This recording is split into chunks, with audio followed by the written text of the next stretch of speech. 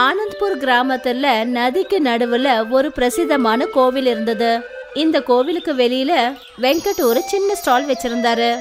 இந்த ஸ்டால்ல அவர் இட்லி, வடை, அப்புறம் தோசை வியாபாரம் பண்ணிட்டு இருந்தாரு. கோவிலை தரிசிக்க வர பக்தர்கள் வெங்கட்டோட கடையில தான் டிஃபன் சாப்பிடுவாங்க. அண்ணா, ஒரு மசால் தோசை கொடுங்க, அப்புறம் 2 பிளேட் சாம்பார் வடை கொடுங்க. நீங்க உட்காருங்க சார், இதை கொண்டு வரேன். வெங்கட்டோட மனைவி தோசை செஞ்சு கொடுப்பா. அப்புறம் வெங்கட் கஸ்டமரை பார்த்துப்பாரு. வெங்கட் எல்லா கஸ்டமர்கள்கிட்டயும் ரொம்ப நல்லபடியா பேசுவாரு. ஜனங்களுக்கு வெங்கட்டோட தோசை ஸ்டால்ல தோசை சாப்பிட்றது ரொம்ப பிடிக்கும். இங்க பாருங்க அண்ணா, எனக்கு ஒரு 2 தோசை கொடுங்க. கண்டிப்பா அண்ணா, இதோ கொடுக்கறேன், நீங்க உட்காருங்க, நல்லா சூடா கொடுக்கறேன். வெங்கட்டும் பூஜாவும் சேர்ந்து ஒன்னா வேலை செய்வாங்க. அதனால அவங்க வியாபாரமும் நல்லா நடந்தது. 2 பேரும் அவங்க வியாபாரத்துல ரொம்ப சந்தோஷமா இருந்தாங்க. கண்ணா, வாங்க வாங்க பாபா, வாங்க, நீங்க உட்காருங்க, நான் உங்களுக்கு ஏதாவது கொண்டு வந்து தரேன்.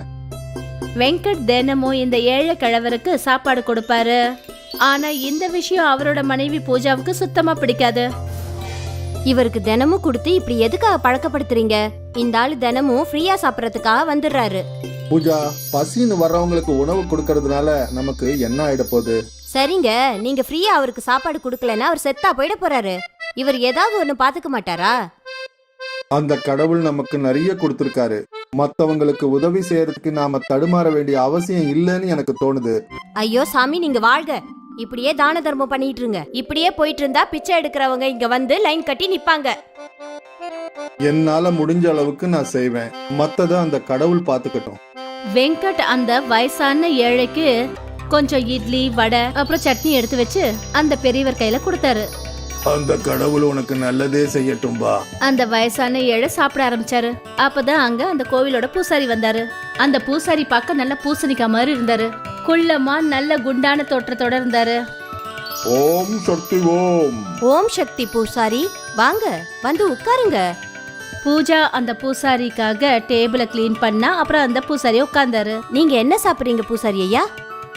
2 பிளேட் வடை, 2 பிளேட் தோசை, 2 இட்லி. இன்னைக்கு இது போதுமா? இதோ கொண்டு வரேன். பூஜா பூசாரிக்கு சேவை செய்ய ஆரம்பிச்சிட்டா. அப்பதான் வெங்கட் அவகிட்ட போய், நான் அந்த பெரியவருக்கு ஃப்ரீயா ஏன் கொடுக்கறேன்னா அவரு ஏழை, ஆனா இந்த பூசாரி நல்லா பணக்காரன். நீ இவருக்கு ஃப்ரீயா கொடுக்கற? பிராமணர்களை பார்த்து அப்படி சொல்லக்கூடாது. பிராமணர்களுக்கு சாப்பாடு கொடுக்கறது புண்ணியம்னு சாஸ்திரத்துல சொல்லிருக்கு. இங்க தினமும் அவருக்கு நான் டிஃபன் கொடுக்கறதுனால பாருங்க, நம்மளோட தொழிலும் அமோகமா போகுது. எல்லாம் அவங்கவுங்களோட எண்ணம். நீ இந்த பிராமணருக்கு சேவை பண்ணு, நான் இந்த கடவுளை தரிசிச்சுட்டு வரேன். சரி போங்க. வெங்கட் கோவிலுக்குள்ள போனாரு. கடவுள் முன்னாடி கை கூப்பி வணங்கி நின்னாரு. கடவுளே, நீங்க எப்பவும் எனக்கு துணையா இருக்கணும், அப்புறம் எல்லாருக்கும் நல்லதே செய்யணும். என் பொண்டாட்டி என்ன நினைக்கிறான்னா, நிறைஞ்ச வயரை நிறைய வச்சு புண்ணியம் சேர்க்கணும்னு அவன் நினைக்கிறா. ஆனா இது தப்புன்னு எனக்கு தெரியும் கடவுளே. ஆனா உங்களுடைய கருணை அவளுக்கும் கிடைக்கணும். வெங்கட் தான் மட்டும் இல்ல, எல்லாரும் நல்லா இருக்கணும்னு நினைக்கிறாரு. அவரு ரொம்ப நல்ல ஒரு மனுஷன். தன்னோட மனைவிக்கு தெரியாம அவரு ஏழை ஜனங்களுக்கு ஃப்ரீயா உணவு கொடுப்பாரு. அந்த கடவுள் உன்னை நல்லபடியா வச்சுக்கணும்பா. வெங்கட்டுக்கு பசியோட இருக்கிறவங்களுக்கு உதவி செய்யறது ரொம்பவே பிடிக்கும். அதனால அவர் தெரிஞ்சும் தெரியாமலும் நல்ல காரியங்களை செஞ்சுக்கிட்டே இருப்பாரு. ஆனா அதுவே அவரோட மனைவி பூஜா ரொம்பவே சுயநலவாதி. அவ யோசிக்கிறது என்னன்னா, அவங்களுக்கு மட்டும்தான் கடவுள் நல்லது செய்யணும்னு நினைப்பா. அப்புறம் இந்த காரணத்துக்காக தான் அவ பிராமணர்களுக்கு சேவை செய்வா. எது எப்படியோ இந்த விஷயம் நடந்துகிட்டே இருந்தது. அப்புறம் வெங்கட் பூஜாவோட அந்த தோசா ஸ்டால் ரொம்ப நல்லபடியா போய்கிட்டு இருந்தது. வெங்கட் ஏழைங்களுக்கு உதவி செய்வாரு. அப்புறம் பூஜா பிராமணர்களுக்கு சேவை செய்வா. தினமும் காலையில 5 மணிக்கு முதல் படகை பிடிச்சு வெங்கட்டும் பூஜாவும் கோவிலுக்கு வந்துருவாங்க. அப்புறம் அங்க அவங்களோட வியாபாரத்தை பண்ணுவாங்க. அப்புறம் காலையிலேயே அவங்க வண்டி கடைக்கு கஸ்டமர்ஸ் வந்துருவாங்க. அப்புறம் மழை காலம் வந்துடுச்சு. வெங்கட்டும் பூஜாவும் எப்பவும் போல படகுல பயணம் செஞ்சாங்க.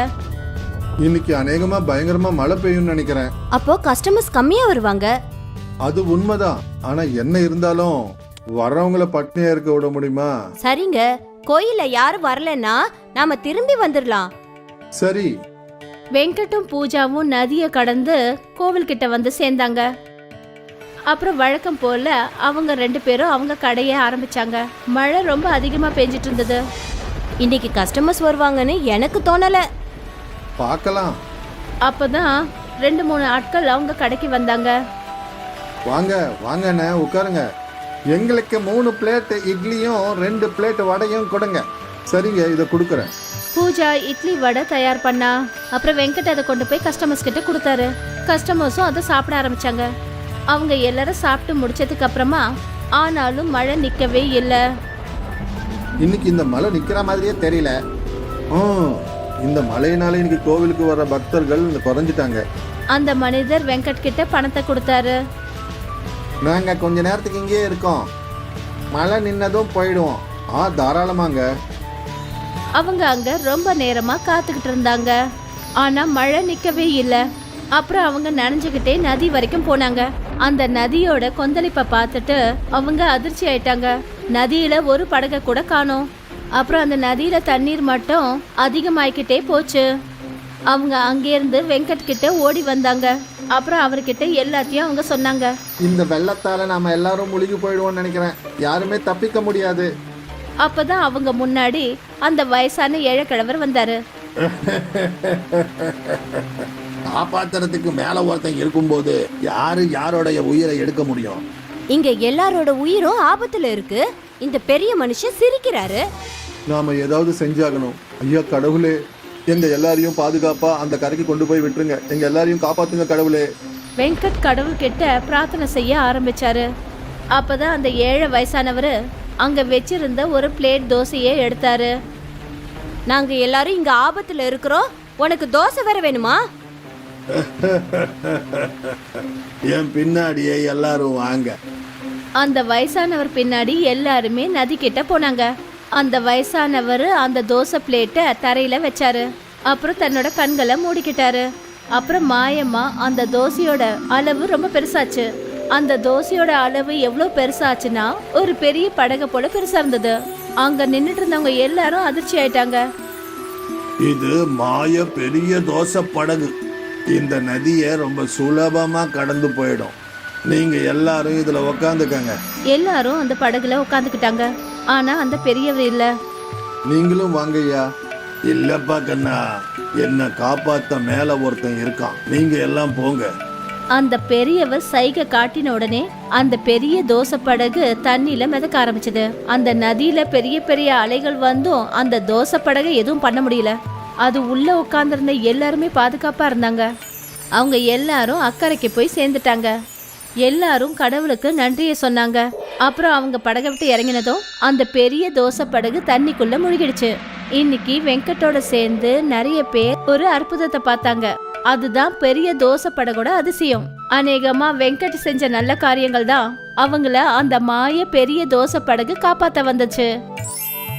ரத்னகிரிங்கிற சின்ன கிராமத்துல ஷம்பு இருக்காரு. சொல்ல போனா ஷம்பு ஒரு சாதாரண மனுஷன்தான். அவரு ஒரு தாபால வேலை பாக்குறாரு. ஆனா அவர்கிட்ட அவருக்கு சொந்தமான ஒரு நிலம் இருந்தது. அங்க அவரு ரொம்ப வருஷத்துக்கு முன்னாடி மாமரம் ஒண்ணு வச்சாரு. பாத்தியா மீனாட்சி, என்னுடைய மாமரம் எவ்வளவு பெருசாயிடுச்சுன்னு. ஆனா இது வரைக்கும் இந்த மரத்துல ஏன் மாங்காய் காய்க்கவே இல்ல? ரொம்ப சீக்கிரத்துல காய்க்கும்மா. அதுக்கப்புறம் நம்ம வாழ்க்கையே மாறி போயிடும். இதெல்லாம் சீக்கிரம் நடக்கணும்னு நானும் நம்புறேங்க. ஷம்புவும் மீனாட்சியும் சேர்ந்து அவங்க மாமரங்களை அக்கறையா பாத்துக்கிட்டாங்க. தினமும் காலையில மரங்கள் எல்லாத்துக்கும் தண்ணிய ஊத்திட்டு தான் ஷம்பு தன்னோட வேலைக்கு போவான். மறுபடியும் லேட் ஆயிட்டியா ஷம்பு? மன்னிச்சிடுங்க முதலாளி, இனிமே இந்த மாதிரி நடக்காது. அது என்னுடைய ஒரு மரத்துல பூச்சி வச்சிடுச்சு. அதனால நான் அதுக்கு மருந்து போட்டுக்கிட்டு இருந்தேன். சரி சரி, இத்தனை வருஷமா நீயும் அந்த மரங்களை அக்கறையா தான் பாத்துட்டு இருக்க. ஆனா அந்த கடவுளுக்கு தான் தெரியும் அதுல எப்ப மாங்காய் காய்க்கும்னு. காய்க்கும் முதலாளி, நிச்சயமா காய்க்கும். அன்னைக்கு தான் ஷம்புவுக்கு 10,000 ரூபாய் சம்பளம் கிடைச்சது. அவன் பணத்தை எல்லாத்தையும் எடுத்துக்கிட்டு பக்கத்துல இருந்த கடைக்கு போனான். இந்தாங்கண்ணே, உங்களுக்கு சேர வேண்டாம் 500 ரூபாய். போன வாரம் உங்ககிட்ட வாங்கினது. அதுக்கு ரொம்ப ரொம்ப நன்றி. அங்கிருந்து அவரு மளிகை கடைக்கு போனாரு. வந்துட்டீங்களா ஐயா? நான் இப்பதான் உங்களை பத்தி யோசிச்சுட்டு இருந்தேன். அதாவது இன்னும் ஏன் இவர் வரலன்னு. இருந்தாலும் உங்க வீட்டுக்கு தேவையான எல்லா மளிகை சாமானையும் நான் ஏற்கனவே பேக் பண்ணி வச்சுட்டேன். ரொம்ப நல்ல காரியம் பண்ணீங்க. கணக்கு எவ்வளவு வந்துச்சுண்ணே? 2400 ரூபாய். இந்தாங்க. அதுக்கப்புறம் ஷம்பு பால்காரன் கிட்ட போனாரு. இந்தாங்கண்ணே, உங்களுடைய 1000 ரூபாய். பழைய கணக்கு முடிஞ்சது, இப்போ புது கணக்கு ஆரம்பம். சரிப்பா. எல்லா கணக்கையும் கொடுத்து முடிச்சிட்டு அவர் வீட்டுக்கு போனப்ப, உங்களுக்காக தாங்க காத்துக்கிட்டு இருந்தேன். சம்பளம் கிடைச்சிருச்சுன்னு நினைக்கிறேன். மளிகை பொருட்களை இதோ இங்க வச்சிடுங்க. கிடைச்சிடுச்சு. அப்புறம் 3540 ரூபாயும் கொடுத்துட்டேன். அப்படின்னா இப்ப வெறும் 6460 ரூபாய் தான் மீதி இருக்கா? ஆமா, இப்போ இதுல விவசாயத்துக்கு 3500 ரூபாய் தேவைப்படும். கரண்ட், மோட்டரு, தண்ணி, அது இதுன்னு. அப்புறம் 500 ரூபாய் என்னுடைய மாச செலவுக்கு. அப்புறம் மீதி இருக்கிற 3000 ரூபாய நீ வச்சுக்க. அப்புறம் வாங்க வேண்டியது ஏதாவது இருந்தா வாங்கிக்க. மீதி பணத்தை சேர்த்து வை. சரிங்க. நான் என்ன நினைச்சேன்னா, இந்த மாசம் 3000 ரூபாய்க்கு மேல ஏதாவது மிச்சப்பட்டுச்சுன்னா ஒரு புது சேலை வாங்கலாம்னு நினைச்சேன். அது அடுத்த மாசம் என் தங்கச்சியோட கல்யாணம் வருது இல்லையா? நீ கவலைப்படாத, இன்னும் கொஞ்ச நாள்ல உனக்கு புது சேலைய வாங்கி தரேன். சரிங்க. எல்லாம் கணக்கும் முடிஞ்சு போச்சு. மறுநாள் காலையில ஷம்பு தன்னோட மாமரத்துக்கிட்ட போனப்ப அவன் அப்படியே அதிர்ச்சி ஆயிட்டான். மீனாட்சி, என்னங்காச்சு? இங்க பாரு, மரத்துல காய் காய்க்குது. ஆஹா கடவுளே, இது நம்ம மரத்துல வளர்ற முதல் காய்ங்க. ஆமா ஆமா, காய்ங்க நல்லா காய்க்கும்னு நம்பிக்கை இருக்கு. நிச்சயமா காய்க்குங்க. நாம இத்தனை வருஷமா இந்த மரங்களை நல்லா கவனிச்சுக்கிட்டோம்ல. அதுவும் சரிதான். ஷம்புவும் மீனாட்சியும் ரொம்ப சந்தோஷமா இருந்தாங்க. அவங்க பல வருஷமா கஷ்டப்பட்டதுக்கான பலன் கிடைச்சிருச்சு. ஒரே மாசத்துல எல்லா மாமரத்துலயும் மாங்காய் காய்ச்சுது. எத்தனை மாங்காய் இங்க இருக்கு இல்லையா? ஆமா, இதுக்கப்புறம் தான் நாம இந்த மரங்களை நல்லா பாத்துக்கணும். அப்பதான் நமக்கு நல்ல விலை கிடைக்கும். ஆமாங்க, நிச்சயமா.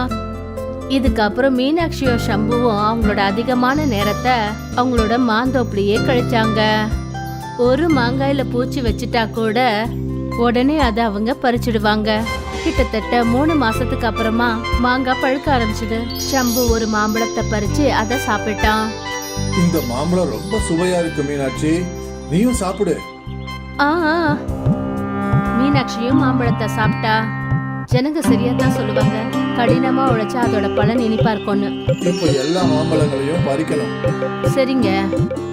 ஷம்பு தன்னோட வேலைக்கு கொஞ்ச நாள் லீவ் போட்டுட்டான். அப்புறம் கணவன் மனைவி 2 பேரும் சேர்ந்து மாம்பழங்களை பறிக்க ஆரம்பிச்சாங்க. 3 நாள்ல மாம்பழங்கள்லாம் பயங்கரமா குவிஞ்சு போச்சு. நான் யோசிக்கவே இல்லைங்க, நம்ம மரத்துல இவ்ளோ மாம்பழம் காய்க்கும்னு. கடவுள் எப்ப கொடுத்தாலும் கூரைய பிச்சுக்கிட்டு கொடுப்பாருன்னு சொல்லுவாங்க. அப்பதான் ஒரு மாம்பழ வியாபாரி அந்த பக்கமா வந்தாரு. அவருடைய கவனம் அந்த ஃப்ரெஷ்ஷான மாம்பழம் மேல பட்டுச்சு. ஏப்பா ஷம்பு, மாம்பழங்க எல்லாத்தையும் விற்க போறியா? ஆமாங்க சுவாமி. என்ன சுவாமி ஒரு மாம்பழத்தை சாப்பிட்டு பார்த்தாரு. வாவ், நம்பர் 1 மாம்பழம். ரொம்ப இனிப்பா இருக்கு.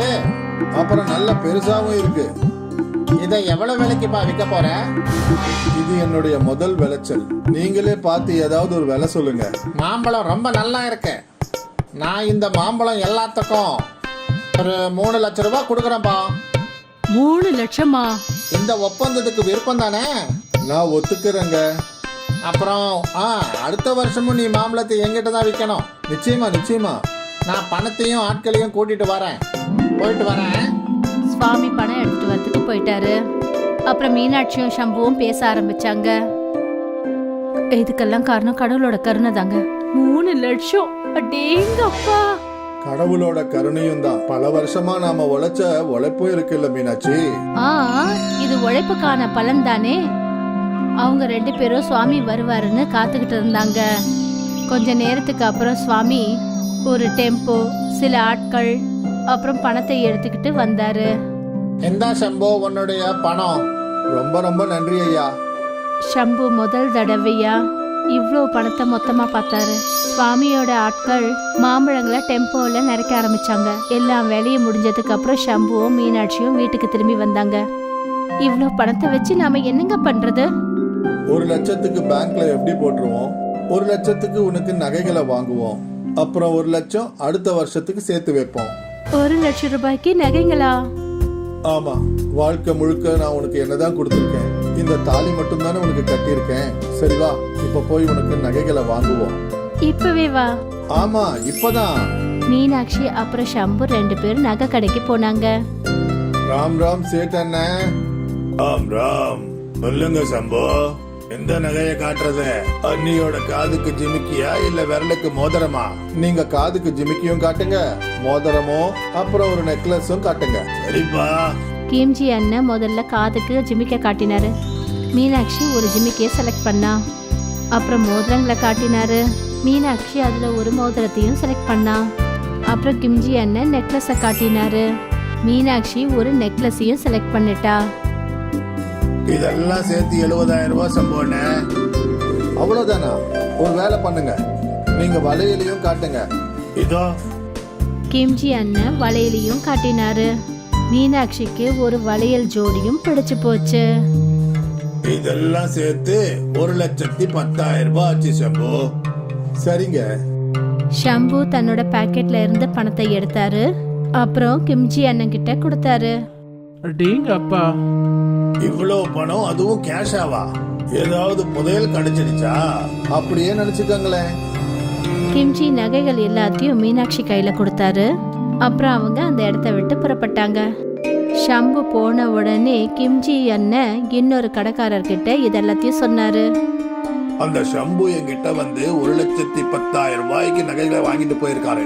அவருக்கு ஏதோ புதையல் கிடைச்சிருக்குன்னு நினைக்கிறேன். அடேங்கப்பா. அப்புறம் இந்த விஷயம் நெருப்பு மாதிரி பரவ ஆரம்பிச்சது. கிராமத்து ஜனங்க எல்லாரும் சேர்ந்து தலைவரை பார்க்க போனாங்க.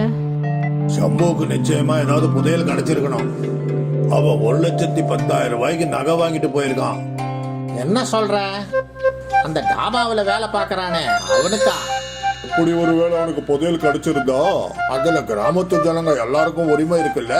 நாம நம்ம உரிமையை அவங்ககிட்ட கேட்டு வாங்கணும். வாங்க. தலைவரோட சேர்ந்து நிறைய பேர் ஷம்புவோட வீட்டுக்கு புறப்பட்டு போனாங்க. நீங்க எல்லாரும் ஒண்ணா வந்திருக்கீங்க, என்ன விஷயம்? உனக்கு புதையல் கிடைச்சிருக்குன்னு கேள்விப்பட்டோம். அந்த புதையல் மேல கிராமத்து ஜனங்களுக்கும் அதிகாரம் இருக்கு. எனக்கு எந்த புதையலும் கிடைக்கலீங்களே. அப்புறம் இவ்வளவு பணம் உனக்கு எங்க இருந்து கிடைச்சது? இந்த வருஷம் என்னுடைய மாமரத்துல மாம்பழங்களை வித்த காசு தான் அது. 3 லட்சம் ரூபாய்க்கு வித்தேன். அதை வாங்கினவர் சுவாமி அண்ணன் தான். பொய் சொல்லாத. அந்த கஞ்ச பையன் சுவாமி உன்னுடைய மாம்பழத்துக்கு 3 லட்சம் ரூபா கொடுப்பானா? இவ்வளவு சும்மாவா? நம்பிக்கை இல்லைன்னா வாங்க அவர்கிட்ட போலாம். ஜனங்க எல்லாரும் சுவாமி வியாபாரியோட குடவுனுக்கு போனாங்க. சுவாமி அண்ணன், இவங்க கிட்ட சொல்லுங்க, நீங்க மாம்பழத்தை வாங்கிட்டு 3 லட்சம் ரூபாய் பணம் கொடுத்தீங்க இல்லையா, சொல்லுங்க. ஆமா, கொடுத்தேன். இவங்க நினைக்கிறாங்க எனக்கு ஏதோ புதையல் கிடைச்சிடுச்சுன்னு. அப்புறம் அவங்க பங்க வேற கேக்குறாங்க. இவ்வளவு கேவலமா இருக்கீங்க. இந்த அப்பாவி ரொம்ப வருஷமா மாந்தோப்புல கடினமா உழைச்சான். இப்பதான் அவனுடைய மரங்கள்ல மாங்காயே காய்ச்சது. இது அவனுடைய உழைப்புக்கு கிடைச்ச பணம். அப்புறம் அதுக்கு நீங்க இவங்கிட்ட பங்கு கேக்குறீங்க. அதுக்கு பதிலா நீங்க நாக்க புடுங்கிக்கிட்டு சாகலாம். சுவாமி அண்ணன் கிராமத்து ஜனங்க எல்லாரையும் கேவலமா பேசி திட்டினாரு. அப்புறம் எல்லாரும் வெக்கப்பட்டு தலை குனிஞ்சாங்க. ஷம்பு கிட்ட 1,10,000 ரூபாய் பணம் இருந்தது. கிம்ஷி அண்ணனோட கண்ணுக்கு பொறுக்கவே இல்லை. இந்த கதை நமக்கு என்ன பாடத்தை கத்து கொடுக்குதுன்னா, ஒருத்தனுக்கு நல்லது நடந்துச்சுன்னா அதை மற்றவங்களால பொறுத்துக்க முடியறதில்ல. இந்த உலகமே ரொம்ப சுயநலமா போய்கிட்டு இருக்கு.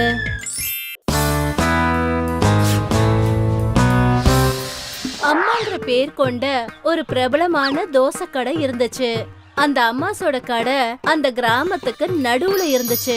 எல்லாருக்கும் முன்னாடி காலையில அந்த அம்மா கடைய திறப்பாங்க. அந்த கடையில எப்பவுமே கூட்டம் நிறைஞ்சு இருக்கிறத தான் நாம பார்க்க முடியும். அம்மா, உங்களுடைய தோசைக்கு எங்கேயுமே நிகரே இல்லம்மா. எப்படிதான் நீங்க இவ்வளவு சுவையான தோசைய பண்றீங்களோ தெரியலம்மா. அந்த கடைக்கு வரவங்க எல்லாம் அவங்க தோசைய பெருமையா சொல்றத கேட்டு நாகம்மாக்கு எப்பவுமே சந்தோஷமா இருக்கும். அங்க இருக்கிறவங்க எல்லாருக்கும் அம்மா கடையில காலங்காத்தால டிஃபன் சாப்பிடுறது ரொம்பவே பிடிக்கும். அம்மா, ஒரு மைசூர் மசாலா தோசை போடுங்க. உட்காருங்க உட்காருங்க, இப்பவே கொடுக்கறேன். அந்த அம்மா எப்பவுமே எல்லாருக்கும் ரொம்ப அன்பா பரிமாறுவாங்க. அவங்க கூட நல்லாவும் பேசுவாங்க. நேரமும் இதே மாதிரி போய்கிட்டே இருந்தது. நேரத்துக்கு ஏத்த மாதிரி அம்மாவோட கடையும் பெரிய கடையா மாறுச்சு. இப்போ அந்த கடையில 2 பெண்களும் வேலை செய்யறாங்க. இப்ப அம்மா கல்லால உட்காந்து பைசாவை வாங்குவாங்க. அங்க வர கஸ்டமர் கிட்ட பேசுவாங்க. அம்மா கடையில வேலை செய்யற ஒரு பொண்ணோட பேரு வீணா. அந்த வீணாவோட பார்வை எப்பவுமே அம்மா கையில இருக்கிற பணத்தை பார்த்துதான் இருக்கும். இங்க நாம 2 பேரும் எப்பவும் வேலை செஞ்சுக்கிட்டே இருக்கோம். ஆனா அங்க அம்மாவை பாரு, கையில பணத்தை எண்ணிக்கிட்டே உட்கார்ந்துருக்காங்க. ஆனா நமக்கு என்ன கிடைக்குது? நமக்கு நாம வேலை செய்யறதுக்கான கூலி கிடைக்கும். அதுக்கு மேல நமக்கு வேற ஏதாவது கிடைக்குமா என்ன? அங்க பாத்தியா அம்மா கையில எவ்வளவு பணம் வச்சிருக்காங்கன்னு? அது அவங்களோட சம்பாத்தியம். அது மட்டும் இல்லாம பல வருஷங்களா அவங்க ரொம்ப உழைச்சிருக்காங்க. அதனாலதான் இந்த கடையை இவங்க இவ்வளவு பெருசாக்க முடிஞ்சது. அதே தான் நானும் உன்கிட்ட சொல்லிக்கிட்டு இருக்கேன். நாமளும் நமக்காக ஒரு புது கடை ஆரம்பிச்சு அதுல வேலை பார்க்கணும். வேண்டாம்ப்பா வேண்டாம், என்னாலெல்லாம் இது முடியாது. எனக்கு இப்ப கிடைக்கிற வருமானமே போதும். வீணா அவளுக்கு புரிய வைக்கிறதுக்காக எவ்வளவோ முயற்சி பண்ணா. ஆனா லக்ஷ்மி அவளோட பேச்ச கொஞ்சம் கூட கேட்கவே இல்ல. வீணா தன்னோட பேர்ல ரொம்ப நாளா கடை ஆரம்பிக்கணும்னு ஆசைப்பட்டா. அதுக்கப்புறம் அவ ஒரு நாள் அவளோட பேர்ல ஒரு புதுசா தோசை கடையையும் ஆரம்பிச்சா. அம்மா கடையில தோசை 10 ரூபாய். ஆனா வீணா 8 ரூபாய்க்கு தோசைய விற்க ஆரம்பிச்சா. கொஞ்சம் கொஞ்சமா ஜனங்க கூட்டம் வீணாவோட கடைக்கு போக ஆரம்பிச்சது. வீணாவோட வியாபாரமும் உயர்ந்துச்சு. அத பார்த்து வீணாவுக்கு ரொம்ப சந்தோஷமா இருந்தது. ஆனா கூடிய சீக்கிரத்திலேயே அவக்குள்ள ஒரு திமிரு ஏற்பட்டுச்சு. ஆனா அம்மா ரொம்பவே அமைதியா இருந்தாங்க. அவங்க கஸ்டமர் கிட்ட ரொம்ப பாசமா பேசிக்கிட்டு இருப்பாங்க. ஆனா வீணாவுக்கோ திமிரு ரொம்ப அதிகமா ஆயிடுச்சு. அக்கா ஒரு மசாலா தோசை கொடு. கொடுக்கறேன். ஆனா 10 நிமிஷம் அதுக்காக நீ வெயிட் பண்ணணும். சரிக்கா. வீணா தன்னோட கஸ்டமரை எப்ப பார்த்தாலும் ரொம்ப நேரம் காக்க வைப்பா. இந்தா நீ கேட்ட மசால் தோசை. அக்கா கொஞ்சம் சட்னி கொடுங்க. அதான் போட்டிருக்கல நீ கேட்டிருக்க சட்னி. இன்னும் எவ்வளவு போடுவாங்க? இதே மாதிரி கஸ்டமர் எல்லார்கிட்டயும் வீணா ரொம்ப வெறுப்பாவே பேசிக்கிட்டு இருந்தா. கொஞ்ச நாள்லயே வீணாவோட திமிரு ரொம்ப அதிகமாயிடுச்சு. அவ என்ன நினைச்சான்னா அவன் நினைக்கிறத முடிக்க முடியும்னு நினைச்சா. ஏன்னா கஸ்டமர் அவகிட்ட தான் வருவாங்கன்னு நினைச்சா. ஏன்னா நான் கம்மியான விலையில தோசை விக்கிறதுனால எல்லா கஸ்டமரும் இந்த கடைக்கு தான் வருவாங்க. தினமும் காலையில 6 மணிக்கெல்லாம் இந்த கடையை திறந்து நான் ரொம்ப சோர்வாயிட்டேன். ஒரு வேலை பண்ணலாம், நாளையில இருந்து 7:30 மணிக்கு கடையை திறப்போம். கடையில வந்து கஸ்டமர் வெயிட் பண்ணிட்டு இருந்தா எனக்கு என்ன வந்தது? அப்பதான் என்னால நிம்மதியா தூங்க முடியும். மறுநாள் காலையில தினமும் போல அம்மாவோட கடைய திறந்து வச்சாங்க. ஆனா வீணாவோட கடை மூடி இருந்துச்சு. இத பார்த்ததும் எல்லா கஸ்டமர்ஸும் அம்மாவோட கடையை நோக்கி போனாங்க.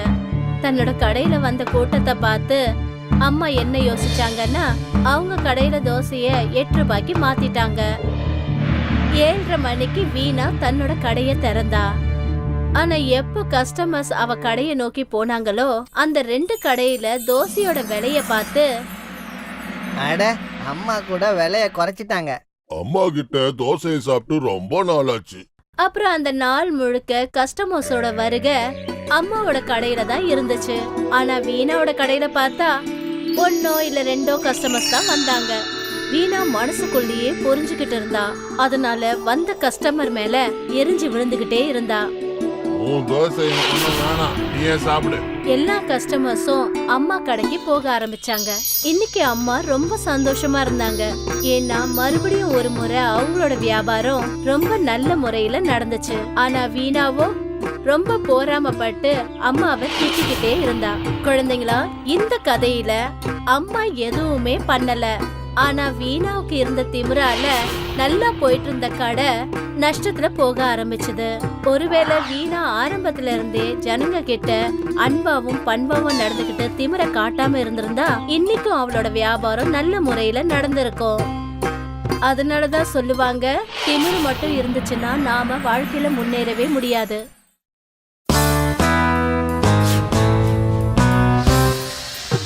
நம்ம நாட்டுல ஒரு ஊர்ல ராமாவும் தன்னுடைய கணவர் சின்னப்பாவோட வாழ்ந்து வந்துகிட்டு இருந்தாங்க.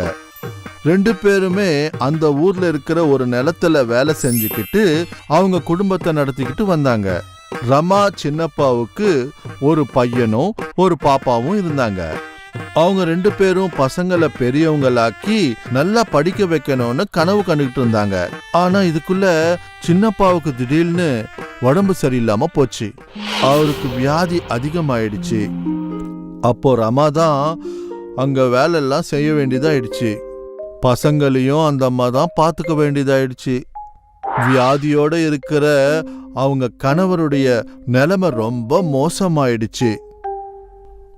ஒரு நாள் சின்னப்பாவை பார்க்கறதுக்காக அவருடைய தம்பி மோகன் வந்தாரு. அண்ணே, உன்னுடைய நிலைமை ரொம்ப மோசமா இருக்கு. நீ டாக்டர் கிட்ட காமிச்சியா இல்லையா? காமிச்சோம் மச்சினரே, ஆனா எந்த பிரயோஜனமும் கிடையாது.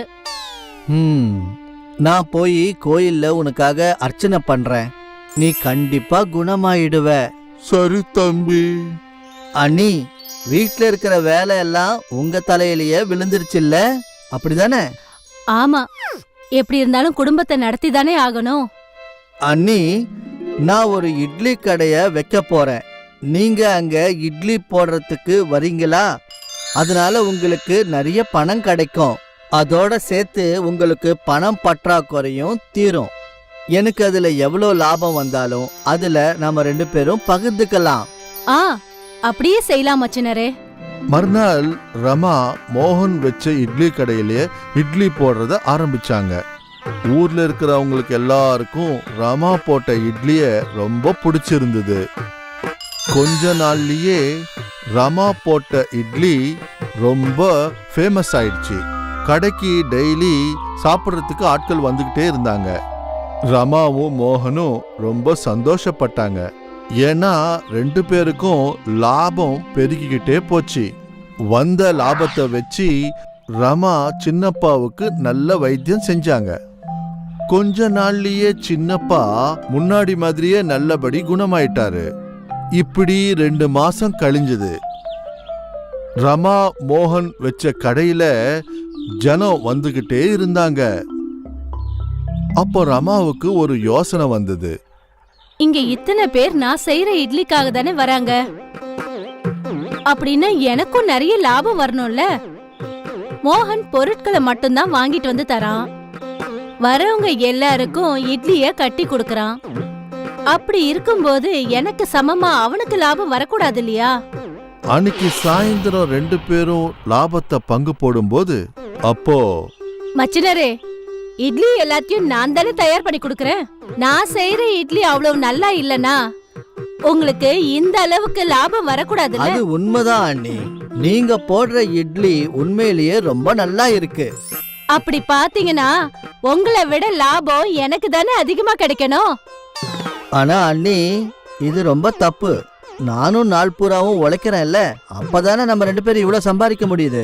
அதனுடைய அர்த்தம் என்னன்னா, நம்ம 2 பேரும் சமானமா தான் கஷ்டப்படுறோம். அதனாலதான் லாபம் நம்ம 2 பேருக்குமே சமானமா இருக்கணும். இல்ல மச்சினரே, நீங்க தப்பா பேசுறீங்க. அது உண்மையா இருந்தா நாளையில இருந்து வேற ஒருத்தவங்கள இட்லி போடுறதுக்கு தேடிக்கோங்க. ரமா மோகனோட சண்டை போட்டுக்கிட்டு தன்னுடைய வீட்டுக்கு போயிட்டா. 2வது நாள் அந்த ஊர்ல 2 இட்லி கடைங்க வந்தது. அதுல ஒன்னு ரமாவுடைய கடை. அந்த கடையில ரமா தான் இட்லி போட்டுக்கிட்டு இருந்தா. அவளே வித்துக்கிட்டு இருந்தா. இன்னொன்னு மோகனுடைய கடை. இப்போ அங்க வேறொரு பொம்பளை இட்லி தயார் பண்ணிக்கிட்டு இருந்தாங்க. ரமா வச்ச புது கடைய பார்த்து மக்கள் எல்லாருமே அந்த கடைக்கு போக ஆரம்பிச்சாங்க.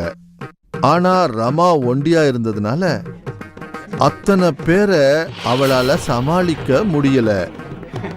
கடைசியில அவ சோர்ந்து போயிட்டா. ஊர்ல இருக்கிறவங்க எல்லாம் மோகன் கடைக்கே போயிட்டாங்க.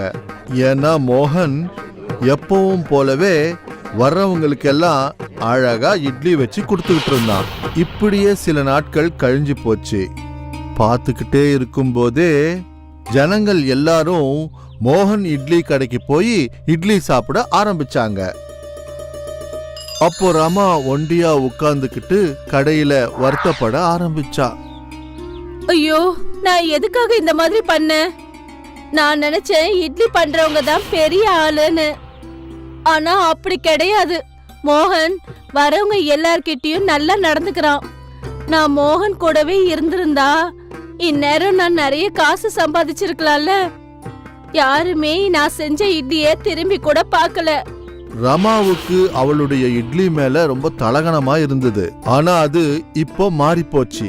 அதுக்கு தான் இப்படி சொல்லுவாங்க, தலகணம்ன்றது கண்ணாடி மாதிரி, அது என்னைக்காவது உடைஞ்சு போகலாம்.